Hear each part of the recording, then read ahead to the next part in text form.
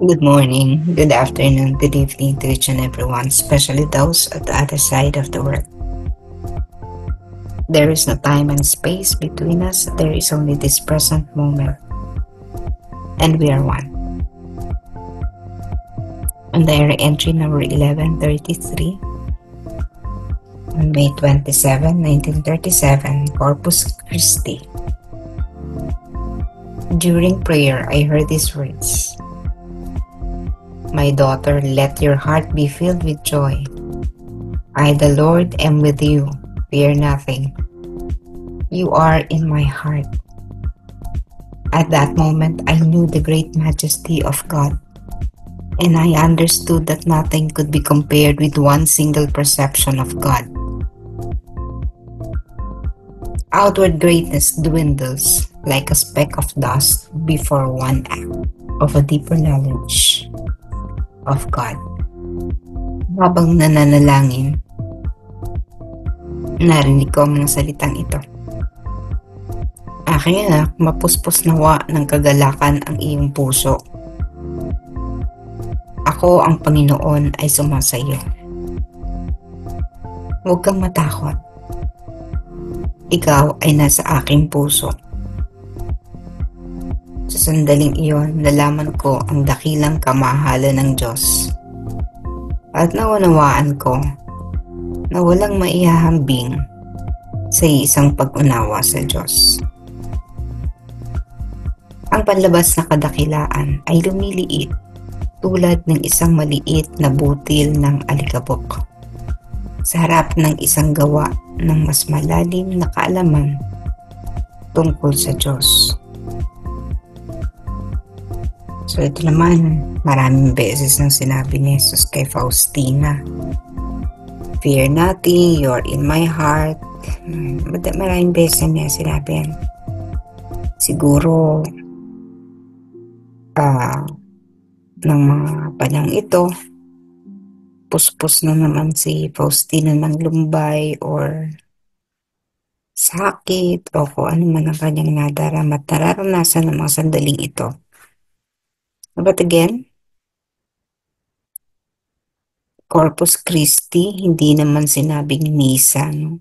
Sabi lang during prayer. But still, Faustina was able to access again heaven. Nagkaroon uli siya ng experience, karanasan, narinig niya ang tinig ng Panginoon.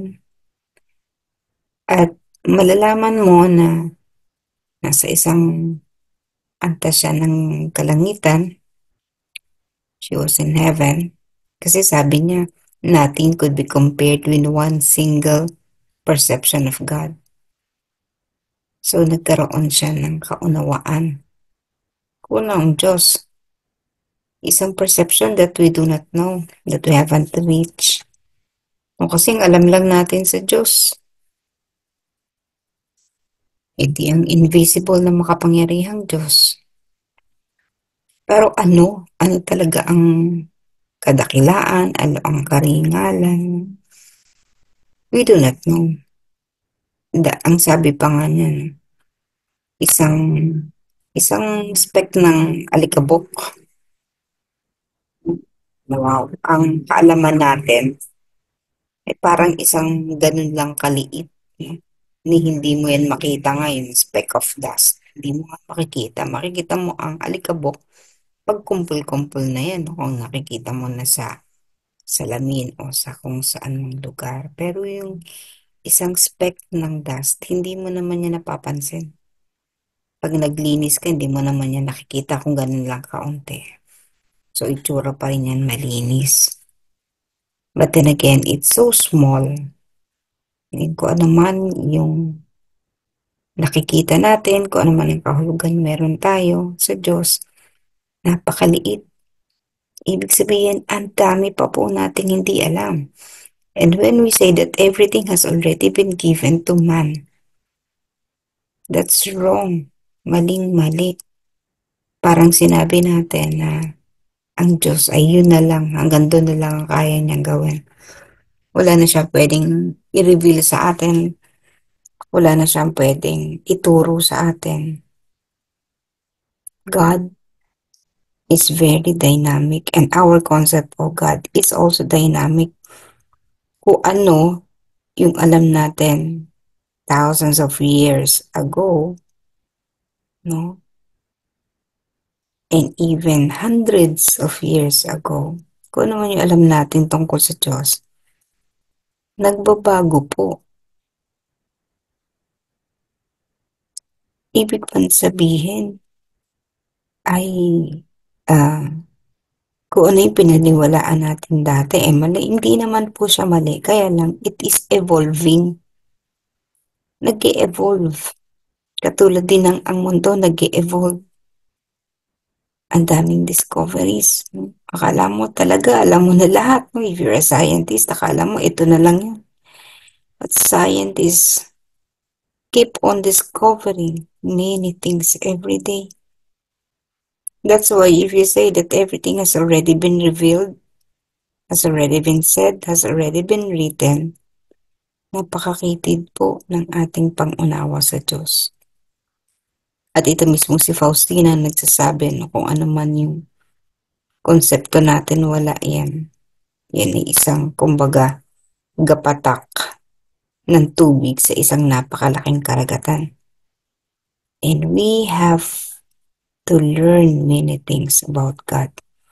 Kahit araw-araw tayong mag-meditate sa 3 a.m.,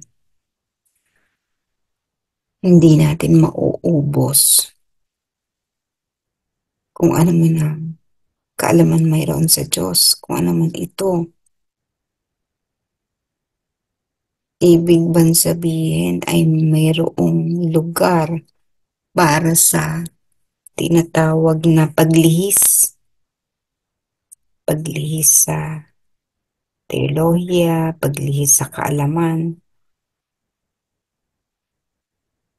Yun yung magiging problema po natin. Actually, even the many concepts or things or knowledge presented by Faustina, hindi naman pa kinikilala ng simbahan. Or kahit na ang diary ay inapprove, kapag sinubject na ang diary sa interpretation, doon ay nagkakagulo. Ang ating mga theologians, ang kalakan, hindi pa, no? Hindi pa ito ganap na nabibigyang pansin. Kung kaya, actually po, nung ginagawa namin yung no, yung manual ng Divine Mercy, we were presenting what our fathers in the MICs are saying. Pero when we presented it, hindi siya tinanggap dahil iba siya eh. Parang nagpo-put forward ka ng iba or bagong bagay. Samantalang hindi naman yan. So, I don't know, no? Pero talagang ang hirap palang mag-introduce ng isang bagong konsepto. Dahil you will be met with many disapprovals. But that's okay. That's part of the game. Ibig sabihin, when you are really putting forward new things, syempre, ang daratnan mo dyan, yung old. And it will really take time para tanggapin yung bago mong thesis, yung bago mong teorya, kung ano man, ano. So, we will be putting new concepts about God. Napakalaking debate po nito. Especially with those who are learned, yung sinasabi natin mga theologians. Pero ako, ang tao naman, very limited naman talaga ang ating kaalaman. Even the brightest of all in one generation to another, or even today, even the brightest person ever lived on earth He cannot claim to have known everything, to have known God. Kahit yung pinakamagaling natin, personahe sa simbahan, he cannot claim that he knew or he knows everything about God. Kahit kasi tayo, no, it's a personal experience. Iba-iba yung karanasan natin sa Diyos. Hindi tayo pare-pareho. Merong walang karanasan pa, no? Kasi nawala na yung faith, hope, and love. Meron naman na nandyan yung theological virtues pero hindi naman nag-aaral, hindi naman nagre-reflect. Puros ang pinag-aaralan ay kung paano yayaman. Di syempre yung konsepto ng Diyos, very limited din. Meron naman na nakatuon sa pag-aaral tungkol sa Diyos. Ang kaso mo, ito ay pag-aaral, knowledge base. Alam niyo ba yung knowledge, no? Kung ano man ang kaya lang ng utak, kayang abutin ng diwa. But the knowledge, when you experience it, katulad ni Faustina, she was able to access it. Iba yun. Yun nga lang, yung karanasan ni Faustina sapagkat ito ay hindi mararanasan ng even the best of theologians. No? Kasi nga iba-iba eh. Kaya magkakaroon ito ng debate. So, ganun ang mundo natin, punong-puno ng division kasi sarili-sarili tayong interpretation. And we have to really learn from our experience. Kailangan natin talagang pumasok sa kalangitan ng Panginoon para mas maunawaan natin. Joining every 3 a.m. would be a doorway din, no? Isang daan din ito para mapalalim natin. Pero kung ano man ang sinasabi ko, don't just simply believe it. Na huwag niyong paniwalaan agad. Kasi nga, nakadepende ito sa inyong karanasan. Kung makikinig na ngayon at ikaw ay napakarami ng karanasan, baka yung sinasabi ko wala naman sa kalingkingan ng karanasan mo. Kasi nga iba-iba po tayo. Kung ikaw naman ay mas ordinaryo pa sa akin at hindi mo kayang tanggapin ito ay okay lang. But just have an open mind because God will reveal Himself according to the level of our soul. Katulad ni Faustina, she was ready that time. Everything has been given to her in her lifetime. Pero hindi pa rin yun ang kabuuan. Ang ibinigay sa kanya, kahit si Faustina sinasabi niya, it's just a speck of dust. Kung kaya mga kapatid, kahit sa anumang bagay, always be open. Huwag kayong sarado. Sapagkat nagkakaroon ng pagbabago. Evolution. Kasi kung walang pagbabago, ano na ang mundo? E di sana hindi na to iikot. Ang mundo ay sana titigil na lang. Magugunaw na lang. Tapos na lang, no? Kasi lang, kung wala ng pagbabago, kung wala nang maisip ang Diyos na pagbabago, kung tingin ng Diyos na ibigay na niya sa atin lahat, wala na. Pero hindi nga po kasi ganun, no? Even if it takes another 1,000 of years, no? 1,000 years. Still, ang maibibigay pa rin sa sangkatauhan ay limitado pa rin. Because it all depends on the level and quality of the soul, if the soul is ready. Yun, no? Kahit sabihin natin, I'm ready, no. Only God knows kung ano yung kaya lang ng ating kaluluwa. Bits and bytes.